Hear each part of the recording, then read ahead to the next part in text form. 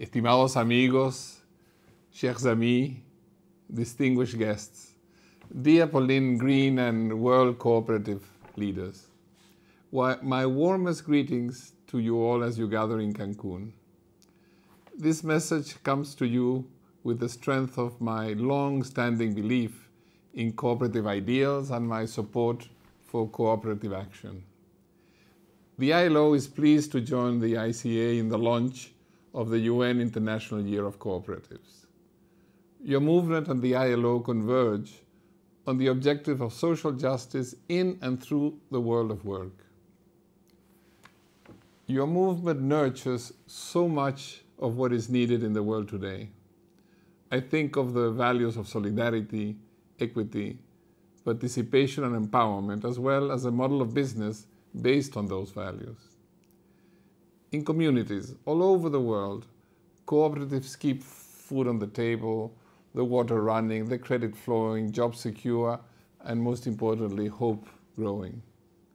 Let me note that cooperatives have proven to be an effective channel for promoting gender equality in very diverse circumstances. You know, this distinctive blend of values and a vehicle for action places your movement squarely on any roadmap to social justice. Rooted in the real economy and the reality of people's lives, you, all of you together, are agents of change in building fairer, more inclusive, and equitable societies. So with so much in common since our founding in 1919, the ILO has had a close relationship with the cooperative movement.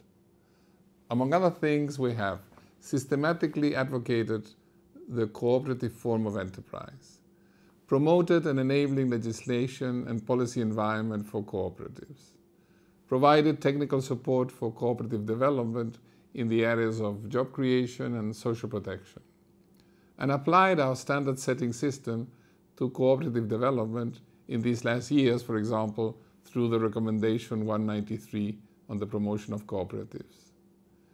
You are a force to be reckoned with. You know that well, but I will just mention some figures because I found them quite impressive. With nearly 1 billion members, cooperatives provide 100 million jobs. The top 300 cooperatives and mutuals have aggregate sales of $1.6 trillion. You provide financial services to over 850 million people. And 50% of agricultural output is marketed through cooperatives. You know that, but it is very important that the world knows that also. And so you have big challenges ahead. Let me endorse what Dame Pauline Green said.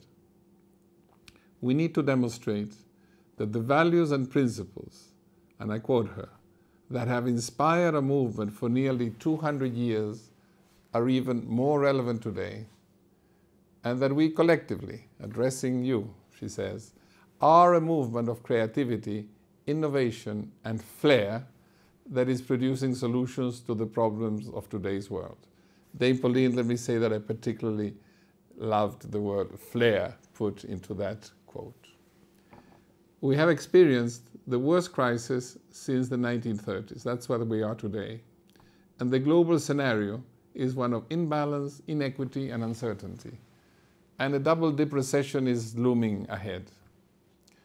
In this interconnected global economy, fates are intertwined, as is well recognized in the ILO's constitution, which states, and I quote it, "Poverty anywhere is a threat to prosperity everywhere."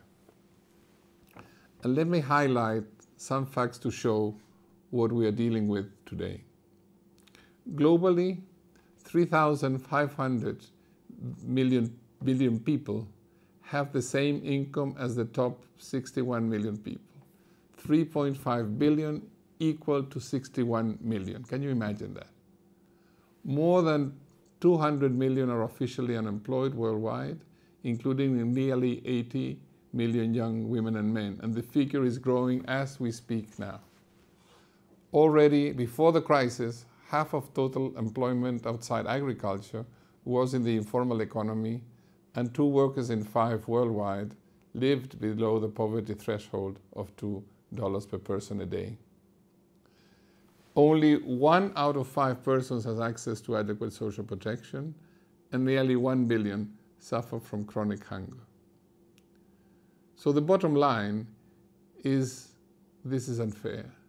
And increasingly, too many people feel excluded, that they do not matter, they're not important. Some banks are too big to fail, some people too small to matter.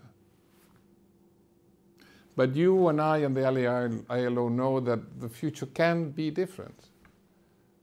And as we know, across all regions, there is a growing mobilization for a future with greater equity, with more participation, with people feeling that somebody cares for them, that they don't have to be asking every day, and what about us, when they see that banks all over the world are saved and, and their social protection is cut.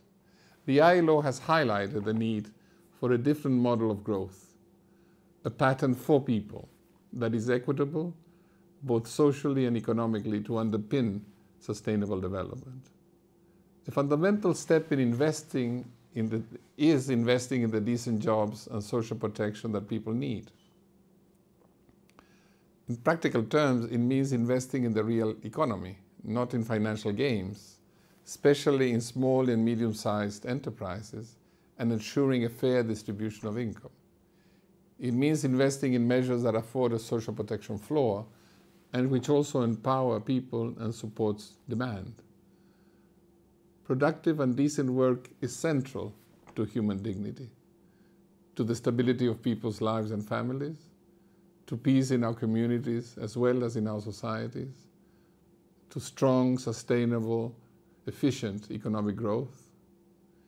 It is an agenda for rights, jobs, social protection, voice, and organization. But again, you know well, in every crisis lies an opportunity. And I certainly believe that this is an opportunity for cooperatives to shine even more as central actors for a more just, more productive, more balanced societies.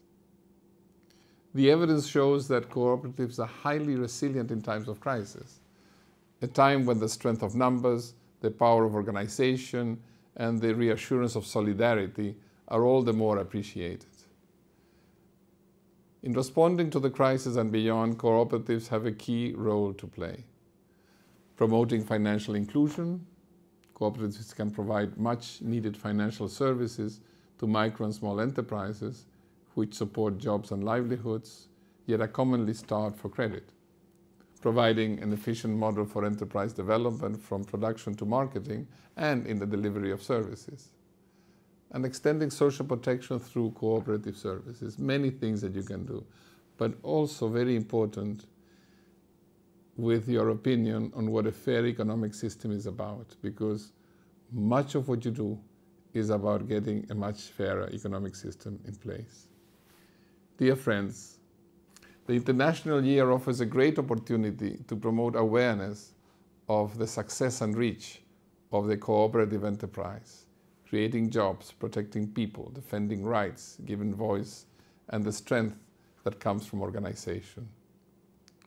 So I and the ILO look forward to continue working with you in a strong partnership to ensure that cooperatives have the space and support they need to be effective entrepreneurs of a better world, because that is what I think you are. You are entrepreneurs of a better world. And we count on the cooperative movement and its partners to join with the ILO and others in the world in striving for a new era of growth with social justice. And let me say thanks to you, cooperators, for your leadership, for the values you are upholding, and the examples that you're setting. And if you will permit me, let me end in my mother tongue. Y a mis amigos mexicanos, gracias por ser sede de este gran evento. Tengo a México en mi corazón desde los tiempos difíciles en Chile, los tiempos de la dictadura. Conocí personalmente la solidaridad del corazón mexicano. Y a todos los otros amigos que están en México, les digo que la cooperativa, las cooperativas, los cooperadores deben estar en el corazón de una nueva era de justicia social en el mundo. Un gran abrazo para todos, con mucho afecto, mucho cariño y una gran convicción en lo que ustedes representan.